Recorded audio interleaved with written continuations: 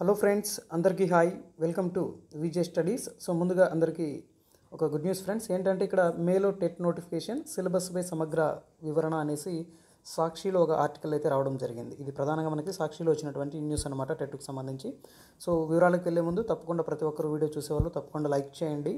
అదేవిధంగా మీ ఫ్రెండ్స్ అందరికీ తప్పకుండా షేర్ చేయండి. కొత్తగా చూసేవాళ్ళు ఉంటే తప్పకుండా మన ఛానల్ని సబ్స్క్రైబ్ చేసుకోండి.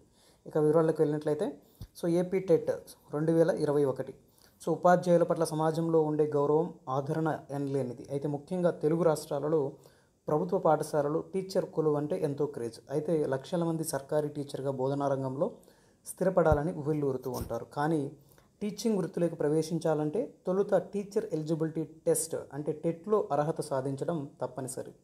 కాగా మేలో ఆంధ్రప్రదేశ్లో టెట్ నోటిఫికేషన్ విడుదలయ్యే అవకాశం ఉంది. సో ఈ నేపథ్యంలో అభ్యర్థులకు ఉపయోగపడేలా ఏపీ టెట్ అర్హతలు, పరీక్షా విధానం, సిలబస్ విశ్లేషణ మరియు ప్రిపరేషన్ గైడ్లైన్ సంబంధించి ఇక్కడ ప్రధానంగా ఇవ్వడం జరిగింది. అయితే సమాజ ప్రగతికి కీలకమైనటువంటి విద్యాబోధనలో ప్రమాణాలు మెరుగుపరిచేందుకు జాతీయ ఉపాధ్యాయ విద్యామండలి ఎన్సిటిఈ టీచర్ ఎలిజిబిలిటీ టెస్ట్ టెట్ను ముందుకు తెచ్చింది. అయితే కేంద్ర ప్రభుత్వ నిబంధనల మేరకు ఆయా రాష్ట్ర ప్రభుత్వాలు టెట్ను నిర్వహిస్తున్నాయి. గతంలో టెట్ అర్హత గుర్తింపు అనేది 7 ఏళ్ళు కాగా ప్రస్తుతం టెట్లో ఒక్కసారి అర్హత సాధిస్తే సరిపోతుంది. ఏపీ టెట్కు సంబంధించి 1వ తరగతి నుంచి 5వ తరగతి వరకు బోధించేందుకు ఎస్జిటి సెకండరీ గ్రేడ్ టీచర్స్ సంబంధించి పేపర్ 1A అనేది రాయాల్సి ఉంటుంది. మరి 6వ తరగతి నుంచి 8వ తరగతి వరకు బోధించేవారు స్కూల్ అసిస్టెంట్ పేపర్ 2A రాయాల్సి ఉంటుంది. మరి అయితే ఇక్కడ 20% వెయిటేజీ అంటే ప్రభుత్వ, జిల్లా, మండల పరిషత్తు, మున్సిపాలు, ఎయిడెడ్, అన్ఎయిడెడ్ పాఠశాలలో ఉపాధ్యాయ ఉద్యోగంలో చేరాలంటే డిఎస్సి రాయాలి. దానికంటే ముందు జాతీయ ఉపాధ్యాయ విద్యామండలి ఎన్సిటిఈ నిబంధనల మేరకు టెట్లో అర్హత సాధించి ఉండాలి. అంతేకాకుండా టీచర్ ఎలిజిబిలిటీ టెస్ట్లో ఉత్తీర్ణత సాధించిన వారికి ఉపాధ్యాయ నియామక పోస్టులో 20% వెయిటేజీ లభిస్తుంది. మరి అయితే ఇక్కడ అర్హతలు మనం చూసినట్లయితే టెట్ రాసేందుకు పేపర్ను బట్టి ఇంటర్మీడియట్, బ్యాచిలర్ డిగ్రీ, మాస్టర్ డిగ్రీతో పాటు డిఈడి లేదా BEd, language pandit, BLEd, diploma in education అంటే స్పెషల్ ఎడ్యుకేషన్, బీపీఈడి తత్సమాన కోర్సులు చదివి ఉండాలి. అయితే పరీక్షా విధానం గురించి మనం చూసినట్లయితే ఏపీ టెట్ను ఆన్లైన్ విధానంలో నిర్వహిస్తారు. అంటే పరీక్షల్లో 2 పేపర్లు ఉంటాయి. 1 నుంచి 5 తరగతుల టీచర్ పోస్టులకి పోటీ పడేవారు పేపర్ 1Aకు, 6 నుంచి 8 తరగతుల టీచర్ పోస్టులకు పోటీ పడేవారు పేపర్ 2Aకు హాజరవ్వాల్సి ఉంటుంది. మరి అయితే ఆయా పోస్టులకు పేర్కొన్న అర్హతలు కలిగిన వారు 2 పేపర్లకు హాజరవ్వచ్చు. టెట్ ప్రశ్నాపత్రం మల్టిపుల్ చాయిస్ విధానంలో ఉంటుంది.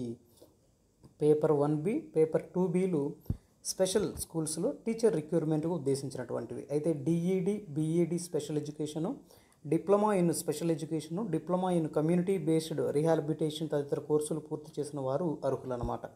మరి అయితే ఇక్కడ రెగ్యులర్ స్కూల్స్లో పోస్టులకు పోటీ పడాలనుకునే అభ్యర్థులు పేపర్ 1A, పేపర్ 2Aలకు హాజరవ్వాల్సి ఉంటుంది. మరి అయితే ఇక్కడ మనము సిలబస్ సమగ్ర రూపాన్ని మనం చూసినట్లయితే సో టెట్ పేపర్ 1A అనేది పరీక్ష వ్యవధి 2.5 గంటలు ఉంటుంది. మార్కులు 150. మరి సబ్జెక్టు ప్రశ్నలు చూసినట్లయితే చైల్డ్ డెవలప్మెంట్ అండ్ పెడగాగికి దాదాపుగా 30 మార్కులు కేటాయించడం జరిగింది. నెక్స్ట్ అదేవిధంగా లాంగ్వేజ్ 1 తెలుగుకు సంబంధించి 30 మార్కులు, లాంగ్వేజ్ 2 ఇంగ్లీష్కి 30 ప్రశ్నలు 30 మార్కులు, మ్యాథమెటిక్స్కి 30 ప్రశ్నలు 30 మార్కులు, ఎన్విరాన్మెంటల్ సైన్స్కి 30 ప్రశ్నలకి 30 మార్కులు. అంటే మొత్తంగా మనకి 150 మార్కులకి ఇక్కడ టెట్ అనేది నిర్వహించడం జరుగుతూ ఉంటుంది. మరి అయితే తెలుగు లాంగ్వేజ్ కంటెంట్కి సంబంధించి 24 మార్కులు, పెడగాజీ 6 మార్కులు, ఇంగ్లీష్ కంటెంట్ 24 మార్కులు, పెడగాజీ 6 మార్కులు, గణితం కంటెంట్ 24 మార్కులు, పెడగాజీ 6 మార్కులు, పరిసరాల విజ్ఞానం కంటెంట్ 24 మార్కులు, పెడగాజీ 6 మార్కులకు ఉంటుంది. మరి టెట్ పేపర్ 2Aకి పరీక్ష సమయం 2.5 గంటలు, మార్కులు 150.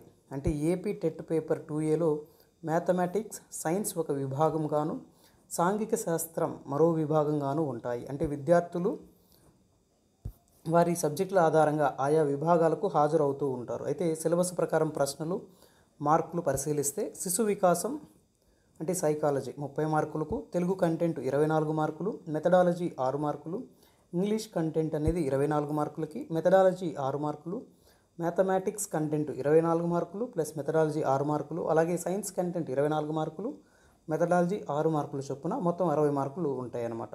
అంటే గణితం సైన్స్ విభాగ పరీక్ష జరుగుతుంది. అయితే అలాగే సోషల్ సైన్స్ మొత్తము 60 మార్కులకు జరిగితే ఇందులో కంటెంట్ 48 మార్కులకు, మెథడాలజీ 12 మార్కులకు ఉంటుంది.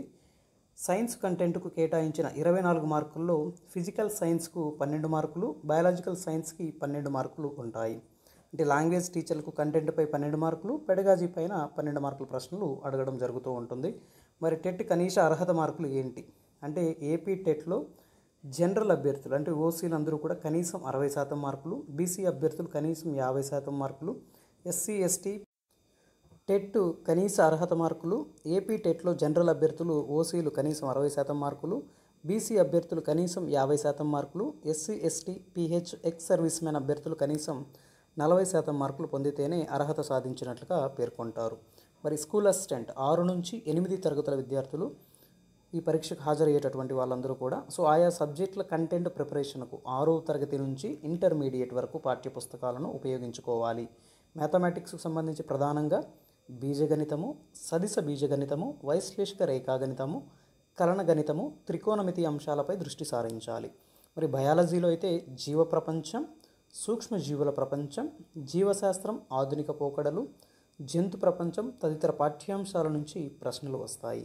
మరి సోషల్ స్టడీస్లో భారత స్వాతంత్ర ఉద్యమం, ప్రపంచ యుద్ధాలు, అనంతర పరిస్థితులు, రాజ్యాంగం, యుఎన్ఓ, సమకాలీన ప్రపంచ అంశాలు, జాతీయ ఆదాయం, భారత ఆర్థిక వ్యవస్థ లక్షణాలు తదితర అంశాలపై దృష్టి సారించాలి. మరి మెథడాలజీ ఆయా సబ్జెక్టులకు సంబంధించి బోధనా ఉద్దేశాలు, విద్యా ప్రణాళిక, బోధనోపకరణాలు, మూల్యాంకనము తదితర పాఠ్యాంశాల నుంచి ప్రశ్నలు వస్తాయి. అయితే బీఈడి స్థాయి పాఠ్యపుస్తకాలను ప్రిపరేషన్కు ఉపయోగించుకోవాలి అనేసి ఇక్కడ ప్రధానంగా ఇవ్వడం జరిగింది.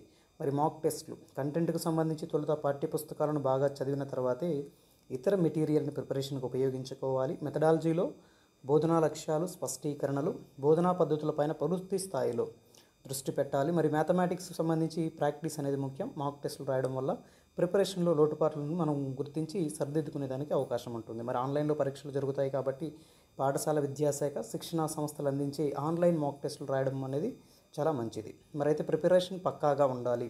అంటే ఎస్జిటికి సంబంధించి విద్యా దృక్పథాలు, దేశంలో విద్యా చరిత్ర, కమిటీలు, వర్ధమాన భారతదేశంలో విద్యా సంబంధిత అంశాలు, ఉపాధ్యాయ సాధికారత, చట్టాలు, హక్కులు, జాతీయ పాఠ్య ప్రణాళికా చట్టం ఎన్సిఎఫ్ 2005, విద్యా హక్కు చట్టం తదితర అంశాల నుంచి ప్రశ్నలు వస్తాయి. అంటే ప్రిపరేషన్కు డిఈడి స్థాయి తెలుగు అకాడమీ పుస్తకాన్ని మీరు ఉపయోగించుకోవాల్సి ఉంటుంది.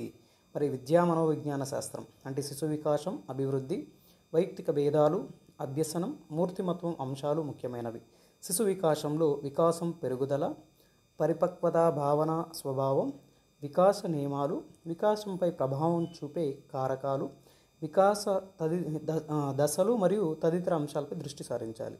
అంటే ముఖ్య భావనలకు సంబంధించిన అనువర్తనాలను తప్పనిసరిగా అధ్యయనం చేయాలి. ప్రశ్న ఏ విధంగా వచ్చినా కూడా సరైన సమాధానం గుర్తించేలా కాన్సెప్ట్పై పట్టు సాధించాలి. మరి గత ప్రశ్నాపత్రాల ఆధారంగా ప్రశ్నల యొక్క క్లిష్టత పైన అవగాహన అనేది ఏర్పరచుకోవచ్చు. మరి ప్రిపరేషన్కు డిఈడి స్థాయి తెలుగు అకాడమీ పుస్తకాన్ని ఉపయోగించుకోవాలి. మరి కంటెంట్స్ విషయం చూసినట్లయితే తెలుగు ఆప్షనల్గా ఉండేవాళ్ళు English, mathematics, science, social studies సబ్జెక్టులు కంటెంట్ ప్రిపరేషన్కు 8వ తరగతి వరకు ప్రభుత్వ పాఠ్యపుస్తకాలను అధ్యయనం చేయవలసి ఉంటుంది. మరి తెలుగులో కవులు, కావ్యాలు, అర్థాలు, పర్యాయ పదాలు, జాతీయాలు తదితర అంశాలతో పాటు భాషాంశాలు చదవాలి. ఇంగ్లీష్లో parts of speech, tenses, types of sentences, articles, prepositions తదితర అంశాలపైన పట్టు సాధించాలి అనేసి ఇవ్వడం జరిగింది. మరి గణితంలో అర్థమెటిక్, సంఖ్యా వ్యవస్థ, క్షేత్రగణితం, రేఖాగణితం, బీజగణితం, సాంఘిక శాస్త్రం తదితర చాప్టర్ల నుంచి ప్రశ్నలు వస్తాయి. మరి ప్రాక్టీస్ ద్వారా మాత్రమే మ్యాథ్స్లో పూర్తి మార్కులు లభిస్తాయి. మరి సైన్స్లో జీవ ప్రపంచం, మొక్కలు, జంతువులు, ఆహారం, సైన్స్లో విభాగాలు, పోషణ, ఆహార పిరమిడ్, మానవ శరీరం, పదార్థాలు, కొలతలు, ప్రమాణాలు, ఆమ్లాలు, క్షారాలు, శక్తి రూపాలు, పునరుత్పాదక ఇంధన వనరులు తదితర అంశాలపై దృష్టి పెట్టాలి. మరి ధ్వని అంటే ఫిజిక్స్ సంబంధించి ధ్వని, విద్యుత్, కాంతి, ఉష్ణం చాప్టర్లో ఉండేటటువంటి ముఖ్య భావనలు, శాస్త్రవేత్తలు ఆవిష్కరణలపై పట్టు సాధించాలి. అదేవిధంగా పర్యావరణానికి సంబంధించి జీవ వైవిధ్యం, ఆవరణ వ్యవస్థలు, పర్యావరణ సమస్యలు, భూతాపం తదితర అంశాలు ముఖ్యమైనవి. వీటికి సంబంధించి సమకాలీన సదస్సులు, ప్రభుత్వ విధానాలపై దృష్టి సారించాలి. సోషల్ స్టడీస్లో స్థానిక భౌగోళిక అంశాలు, పారిశ్రామిక విప్లవం, మనీ బ్యాంకింగ్, ప్రభుత్వం, రాజకీయ వ్యవస్థలు, జాతీయ ఉద్యమం, భారత రాజ్యాంగం, పరిపాలన, సాంఘిక సంస్థలు, అసమానతలు, మతం, సమాజం, సంస్కృతి, కమ్యూనికేషన్ తదితర అంశాల నుంచి ప్రశ్నలు వస్తాయి. భౌగోళిక, చారిత్రక, ఆర్థిక, పౌరశాస్త్ర అంశాలను అనుసంధానించుకుంటూ అధ్యయనం చేయడం ద్వారా సబ్జెక్ట్ పైన మంచి పట్టు అనేది సాధించవచ్చు.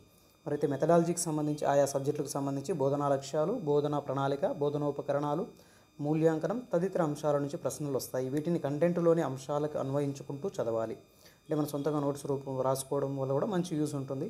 సో డిఈడి పాఠ్యపుస్తకాలు ప్రిపరేషన్కి ఉపయోగించుకోవాలి. ఇవి మనకి ప్రధానంగా సాక్షిలో వచ్చినటువంటి సిలబస్కి సంబంధించి ఎగ్జామినేషన్ అనేది ఎలా ఉంటుంది ఏంటి అనేది ఇక్కడ ఇవ్వడం జరిగింది. ఓకేనా ఫ్రెండ్స్. సో ఇక్కడ మనం ఆల్రెడీ చాలా టాపిక్స్ మీద కొత్త సిలబస్ పైన మనం లైవ్ ఎగ్జామ్స్ అయితే కండక్ట్ చేయడం జరిగింది న్యూ సిలబస్ పైన. So up to 10th class వరకు కూడా కండక్ట్ చేయడం జరిగింది. సో అవన్నీ కూడా ప్లేలిస్ట్లో ఉన్నాయి. ప్రతి సబ్జెక్టు కూడా మీరు చూడని వాళ్ళు ఉంటే తప్పకుండా ఒక ప్లేలిస్ట్లో ఓపెన్ చేసి ప్రతి ఒక్కరు కూడా చూడండి, చాలా యూస్ఫుల్గా ఉంటాయి. సో మనం అదేవిధంగా లైవ్ టెస్ట్లో కండక్ట్ చేస్తూ ఉన్నాం మన యొక్క ఛానల్లో. సో ఆ లైవ్ టెస్ట్ని కూడా మీరు ప్రతి ఒక్కరు కూడా పార్టిసిపేట్ చేసి రాయండి, చాలా యూస్ఫుల్గా ఉంటాయి. ఓకేనా. ఇక కూడా ఆలస్యం అయితే చేయొద్దండి. సో టెట్ నోటిఫికేషన్ సంబంధించి ప్రభుత్వం కీలకంగా చాలా నిర్ణయాలు ప్రకటించడం జరిగింది. సో మనకి క్యాలెండర్ రిలీజ్ అవుతుంది కాబట్టి ఇక్కడ క్లియర్గా చాలా మెన్షన్ చేయడం జరిగింది ప్రతి అంశాలు కూడా. సో అభ్యర్థులు ఎవరో కూడా ఇంగ్లీష్కి సంబంధించి ఎక్కడ టెన్షన్ అవసరం లేదు. ఓకేనా. సో మనకు ఉన్నటువంటి ఇంగ్లీష్లోనే కొంచెం డెప్త్గా అడిగేదానికి అవకాశం ఉంటుంది కాబట్టి ఆ ప్రశ్న కూడా బాగా చూసుకోండి. ఇది ప్రధానంగా మనకి సాక్షిలో ఇచ్చినటువంటి ప్రధానమైనటువంటి ఆర్టికల్ అన్నమాట ఇదంతా కూడా. ఓకేనా. సో ఇక్కడ మనకి చాలా ఇంపార్టెంట్ న్యూస్, వెయిటేజీకి సంబంధించి కానీ, అర్హతలకు సంబంధించి కానీ, పరీక్షా విధానం ఎలా ఉంటుంది ఏంటి అనేది చాలా క్లియర్గా ఇచ్చారు. ఓకేనా ఫ్రెండ్స్. సో వీడియో నచ్చిన వాళ్ళు తప్పకుండా లైక్ చేయండి. సో టెట్ డిఎస్కి ప్రిపేర్ అయ్యి మీ ఫ్రెండ్స్ అందరికీ కూడా తప్పకుండా షేర్ చేయండి ఫ్రెండ్స్. ఓకేనా. కొత్తగా చూసే వాళ్ళు తప్పకుండా సబ్స్క్రైబ్ చేసుకోండి. Thank you for watching. Thank you so much.